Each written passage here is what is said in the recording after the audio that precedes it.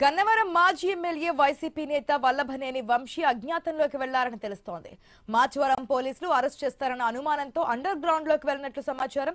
వంశీని ప్రధాన నిందితుడిగా పేర్కొంటూ ఈ నెల 17వ తేదీన విజయవాడలోని మాచవరం స్టేషన్లో హత్యాయత్నం కేసు నమోదైంది. ఈ కేసులోనే యతీంద్ర రామకృష్ణ, కొమ్మ కోట్లు, ఓలుపల్లి రంగ, కాట్రు శేషు, ఎం బాబు, ముల్పూరి ప్రభుకాంత్, అనగాని రవి మరికొంతమందిని నిందితులుగా చేర్చారు.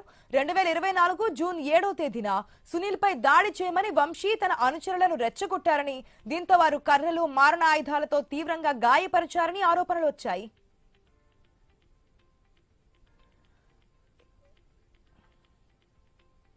ఇక వారం క్రిందట వంశీ నివాసానికి వెళ్లి సమన్లు ఇచ్చేందుకు పోలీసులు ప్రయత్నించారు.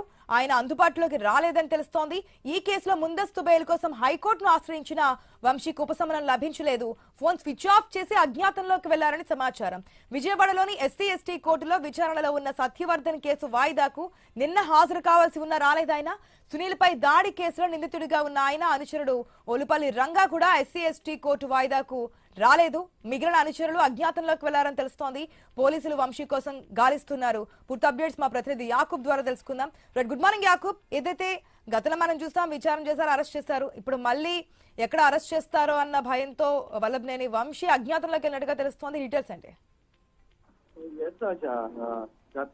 ఈ నెల 16వ తేదీన గన్నవరం రావడం జరిగింది.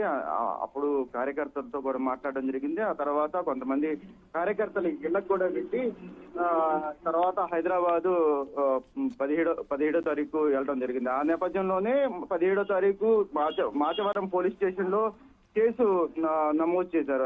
దీంట్లో ప్రధాన నిందితుడు వంశీ పేరు ప్రధానంగా పెట్టినట్టు పరిస్థితి. అయితే దీంట్లో వంశీతో పాటు అతని అనుచరులు తీవ్రంగా కొట్టారు అని దూషించారు అనేది కూడా కీలకంగా ఈ కేసులో అయితే ఉంది. అయితే దీనికి సంబంధించి పూర్తిగా ఇప్పటికే దాని మీద ఛార్జ్ షీట్ దాఖలు చేయడం జరిగింది.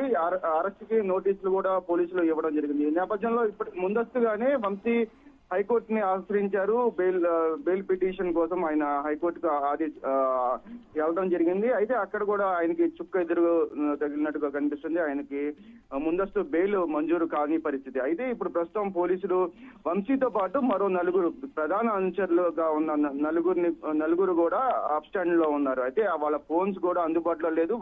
వంశీ ఫోన్ కూడా అందుబాటులో లేని పరిస్థితి. అయితే దీనిపై ఇప్పుడు ప్రస్తుతం అయితే పోలీసులు విచారణ చేస్తున్నారు. ఆయన ఎక్కడున్నారు, ఆయన కోసం గాలింపు చర్యలు అయితే చేపడుతున్న పరిస్థితి. అతన్ని అరెస్ట్ చేసి కోర్టు ముందు హాజరుపరిచేందుకు పూర్తిగా ఇప్పుడైతే పోలీసులు అయితే ప్రయత్నం చేస్తున్నారు.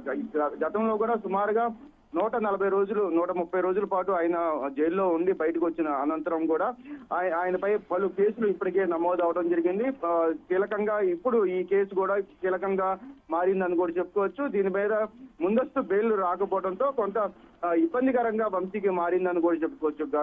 పూర్తిగా ఇప్పటికే దీంతో పోల్చుకుంటే ఇప్పటికే 8 కేసులు వంశీ మీద ఉన్నాయని కూడా చెప్పుకోవచ్చు. ఈ 8 కేసుల్లోనూ ఇప్పుడు మరో కొత్త కేసు ఇప్పుడు రావడం, ఈ కేసుని కూడా పోలీసులు చాలా సీరియస్ గా చూడడం, దీని మీద విచారణ చేపట్టడం కూడా జరుగుతుంది. అయితే ఇప్పుడు వంశీ ఎక్కడున్నారు అనే కోణంలో అయితే పోలీసులు అయితే